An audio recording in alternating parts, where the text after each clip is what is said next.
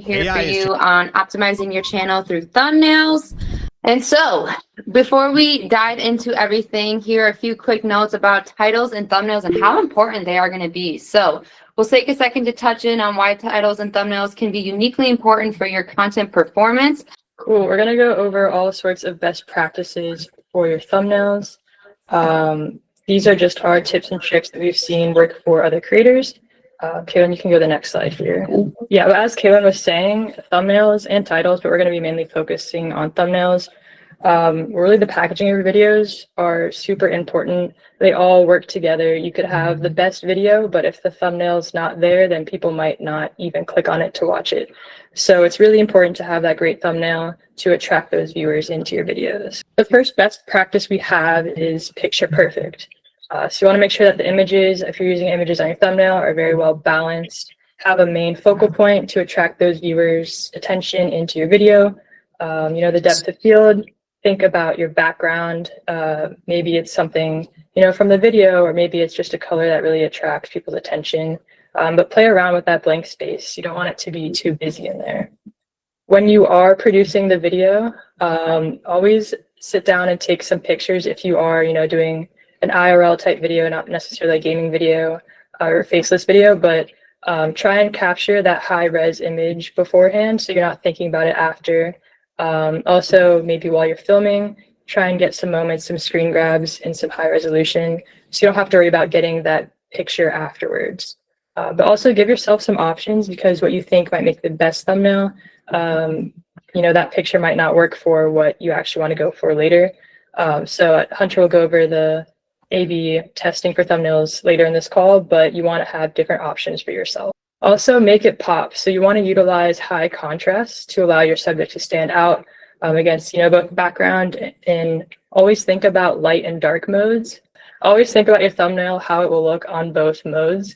You want to make sure it stands out. And also think of ways of how you can express, the story that you're trying to tell or the emotions you're trying to convey. For instance, if there's like a peak point of excitement in your video, try to capture that and make sure the colors match with it. Make that design pop. Think about when you're viewing your videos on your phone, if you have a bunch of text on that thumbnail, can you even read the text when you're viewing on mobile? So make sure that it looks good on a phone as well as on a TV, because TV viewership is on the rise and you might have a lot of viewers on TV. Next, you want to keep it clean. Like I said earlier, you don't want to make it too busy because, if you're viewing on the phone, they might not be able to see all of that.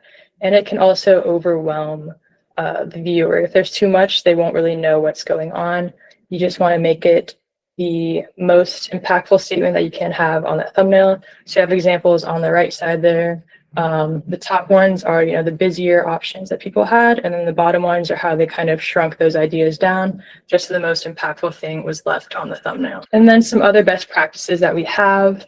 You want to go for that emotional impact. How can you pique somebody's interest when they're scrolling through YouTube? You are competing with all the other videos that they can see. So try and find that peak moment of your video, the excitement, the discovery, the conflict, and try and get those viewers, pull out their emotions. Another thing is that you want to keep it current. So thumbnail styles change all the time. Like some of the ones we showed on the previous slide are some of that I would consider more of an older style. Now we see there's more exaggerated, I would call them like Mr. Beast style thumbnails are very popular. But I've also seen lots of people kind of move back to have just a basic still image as their thumbnail without a bunch of text. So the trends change all the time. And one good way to keep track of these trends change is in YouTube Studio. If you head over to Analytics and then you head over to the Trends section, you can see it'll give you different creators within your niche, and you can kind of use those to see how they're positioning their thumbnails. Maybe there's different trends in your niche compared to somebody else's niche. So always look at that, see how people are doing their thumbnails, and then go from there. Also look at your audience. You can also see in YouTube Studio other videos that your audience has watched, and that will kind of give you an idea of what kinds of thumbnails are attracting that audience. So here are some other thumbnails, for example. We're going to look into how would you describe the techniques used in these thumbnails. The first one, this is not yellow. the thumbnail is clearly yellow, so that working with the title really piques the audience's interest. Like, how is that not yellow? It makes them, want to watch the video to find the answer for that question that was the title. The next one is we stayed awake for 36 hours and it changed our faces. As you can see on the right side, they blur out the face for the no sleep. So that really piques people's curiosity. They want to click, they want to watch the video. The third one is more difficult to do because the title, you have to keep changing it. This video has X amount of views. You have to keep updating it every once in a while. But that can kind of, intrigue the audience to click on it to, if the viewership number matches whatever it is, they'll be more intrigued to click on it. And it really doesn't reveal what the video is about. So that might interest people as well, because that title plays very well with the thumbnail. And then the last one, the title really sets up the video to be fascinating. You are very immune against every disease. And then the thumbnail shows you here's why with an arrow pointing to something. So that kind of will pique your interest as well. But yeah, to wrap up some of the best practices, the thumbnails are what, your content's billboard. So really start strategizing. I know some creators, they have their thumbnail decided before they even make the video. Like the first thing they do is strategize thumbnails and then plan a video after they have the thumbnail. That's not the right strategy for everybody, but the thumbnails are that billboard to your video. So always consider the question, what value is this video offering to the viewer? And how can the thumbnail help communicate that and compel the viewers to watch? Front page optimization and playlisting plays a role into your channel. Here's going to be your first take to it. So front page optimization, the first impression matters. You are going to have a new subscriber, potential subscriber come onto your page, and they're going to want to see everything that your channel has to offer. So you're going to want to include a bio of the channel, a link tree to everything you have to offer. You're going to want to make sure your banner is either updated with something recent, or if your banner says when you are releasing videos, with an updated trailer. For the new one, I always recommend doing something either that is brand new or something that really shows what your page has to offer. For your returning subscribers, I would always do it for what your new video that you just dropped is, so that your subscribers can see what recently came out. We'll go into more detail on playlist creation and showcase creation as well, but those are going to be key structures that really help utilize, especially in the thumbnail space, kind of what you have to offer on your page. When it comes to playlists and showcase creations, think of it as a single video as a destination, but a playlist is going to be a journey. So with this, you're going to want to create, say you have a couple different niches, a couple different types of videos that you like to post. You're going to want to create playlists so that when someone comes onto your page, they're going to be able to kind of see and pick and choose what they want to watch. If someone clicks into a playlist and walks away from their laptop or starts doing other things and is just listening, they're going to go throughout your whole playlist rather than just one single video and being taken elsewhere onto someone else's content or someone else's channel. So when you have those playlists, you're keeping that audience on your content, and that's what we want to see. This is going to benefit your watch time. You're able to control the narrative there, and then it also enhances the viewer's experience to kind of give them a story when they hop into that playlist. And now say you're someone that has 3 or 4 maybe different niches. That's when a showcase is really going to come into handy here. And I'll give an example here on an actual artist page that in my previous job I used to work on, which is Chief Keef. You can see here, so the official music video is going to be what a normal playlist looks like. But if you go underneath the Chief Keef discography, those are all different playlists. So say that you have a cooking niche, a art niche, and a gaming niche. That's when those showcases really can come in handy, that you can showcase everything you have and utilize all your different playlists in those showcases so people can click in and then watch what they want to watch. These are great tools to be able to utilize to really enhance that front page. When someone's hopping onto your channel, they're not a subscriber yet and they want to see what you have to offer. This is a great organizational tool to be able to utilize to really have that front page organized and good to go. So we can talk more about how to actually implement thumbnail test and compare, and more tactical advice for you to start and for your next few videos. So there's a video that we can play here that sort of gives you a broad picture overview of how to enable it, and then we can delve deeper into the specifics. And yeah, I'm not sure if any of you guys have seen this specific video, but it's on our, I believe it's called YouTube Creators on YouTube. So if you guys don't follow that, it'd be a good channel to subscribe to. I'm not sure which thumbnail. We we post a lot of sort of educational creator help content on that YouTube channel, like this video. So it's a good channel to follow and sort of use thumbnail test and compare in practice. So all of you can do this now, either on your next video, your next upload, or sort of retroactively on old videos, existing videos. So I'm not sure if you knew that you could do both. If you wanted to sort of do it on the next video that you do or any future videos, it's in the upload flow.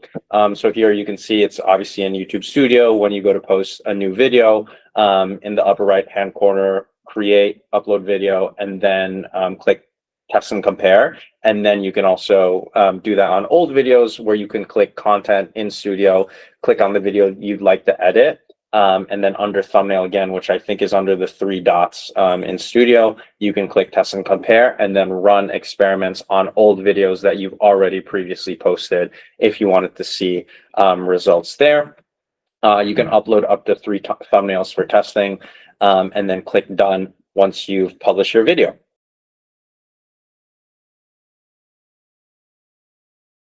So, delving a little bit deeper into what is actually going on once you hit publish and run the test. So all of these thumbnails are being shown concurrently. Let's say you have 3 different thumbnails. They're each being shown. Let's say you post a new video. They're each being shown concurrently to, an equal amount of audience members who see your content and see your video surface. The tests can take as little as a few hours. So that's highly dependent on a few factors that we'll get into on the next few slides, or it could take up to 2 weeks before the results are finalized. And again, we can talk about the results specifically in the next few slides. But the length of the test is determined by a lot of different things, which if we move to the next slide. Well, first of all, we could talk about results. So once you actually do run a thumbnail test and compare with different thumbnails, you'll see this sort of test report once the experiment finishes, and also you can track this while the experiment is running. So 3 different thumbnails, each of them have a different percentage of watch time. So since all 3 thumbnails are being shown concurrently to different groups of audience members, you'll see how much watch time share each thumbnail has in comparison to other thumbnails. And again, watch time share is a percentage of watch time during the testing period who clicked on the corresponding thumbnails, because we at YouTube also want you to get information on which thumbnails drove most audience retention on your videos and who ended up staying to watch longer based on which thumbnail. And if you go to the next slide. So when you finalize the experiment, there's going to be 3 different potential results that could come about. The first one, which is the most indicative, is winner. So if there is a clear-cut winner, you'll see winner next to the, one of the 3 thumbnails that you tested. That just means that that thumbnail clearly outperformed the other thumbnails based on watch time, and the results were statistically significant. So you're after the experiment finalizes, that's the thumbnail it'll default to. Preferred is a thumbnail that slightly outperformed other thumbnails, which it suggests that it could be more engaging to viewers, but it wasn't as clear cut as the winner category. So that's something to note as well. And then if the result experiment ends in none, that just means that all the thumbnails perform very similarly, and the result was, one wasn't an outright winner over the other. And then in this case, the first thumbnail that you uploaded will just default. So thumbnail number 1 in this case, in all your videos will just default to that. But you can always also alternatively change to the thumbnail of your choice at any point.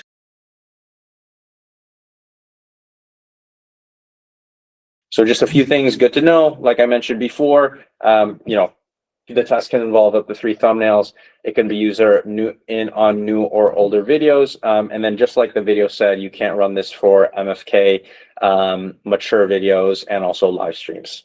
So getting into what actually determines whether or not a thumbnail experiment would be statistically significant or not. So thinking about variables, the first thing that I'll mention is if the more the more different your thumbnails are, the quicker the result of the test will be finalized.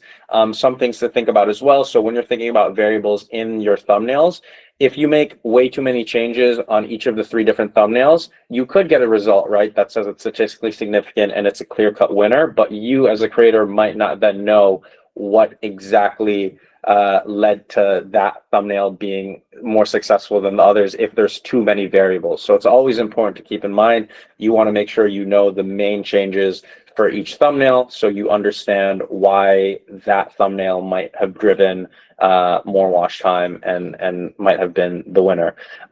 Also, on the flip side, if your thumbnails have too subtle differences and there's not very obvious changes, that then also increases the chances of inconclusive results. So the test may take longer, and at the end of the test, you might not actually even have a statistically significant winner. So it's a fine balance between making good enough changes and understanding, hey, this thumbnail is different enough than the others, but not so different that I don't know why it won. So what to test, what not to test. We recommend that you run the thumbnail test and compare feature on only a few uploads at once, right? You just want to make sure that, hey, if you run it on everything, you might be 1, overwhelmed, but 2, you might not also understand why specific things might have worked over other things. So we recommend that you run the thumbnail test and compare on a few videos at first. You can of course expand that onto future videos in the future once you get the hang of it, but especially if you're starting out, choosing a small subset of videos to gather the initial learnings before moving on to more recent or new videos is always recommended. So a few best practices. So yeah, so older videos, you can look at older videos on your channel that tend to have higher CTRs perhaps, and then think through, hey, why might this video have had a higher than average CTR as compared to my other videos? That could give you a good example as to why that thumbnail may have worked, and you can maybe take elements from that thumbnail and then apply it into other thumbnails during your test and compare experiment. And then always brainstorming new thumbnail ideas, and obviously title A/B testing is slowly rolling out as well. So thinking through that as you think through different thumbnail ideas and things to basically entice your audience. So just a quick little review before we get into a Q&A. This is a great feature, right? So obviously thumbnails are the biggest thing when it comes to YouTube long form. It's still a decision-making platform. The user still has to decide what to click on as opposed to shorts, as opposed to short form content like TikTok. So choosing a great thumbnail is extremely important. And also understanding why that thumbnail might have been, again, more enticing to viewers is a big thing. You also want to make sure your audience knows this is what the video is about, and the thumbnail is sort of a snippet of a comprehensive overview of what the video will be, so that when the viewer clicks in, they're validated and the video that they're watching is what they clicked into on the thumbnail. Second thing, you use thumbnail test and compare on videos in your catalog to begin with, and also time is a super important factor. And a thumbnail that works at one time may or may not lose effectiveness at a later date. So it's always important to keep reviewing your experiments, having a good pulse on what exactly works, what exactly doesn't, and continuing to take that pulse, because again, audience, interests may change and things might, so the creator economy in general it's very volatile. So you always want to make sure that you understand over the course of your creator career what's working and what's not. And then C, it's very important to try and identify broader insights that you can apply to future thumbnails. So things that worked on previous thumbnails, try and implement those in future thumbnails. Look at CTR, look at, read your comments, obviously, and just understand what your audience wants and what your audience is looking into. And again, just another caveat here, don't be afraid to admit when something has stopped working and you need to find the next solution, because like I mentioned before, audience tastes are constantly evolving. So it's very important to just have a great pulse on where your audience is at the time in which you're taking it. So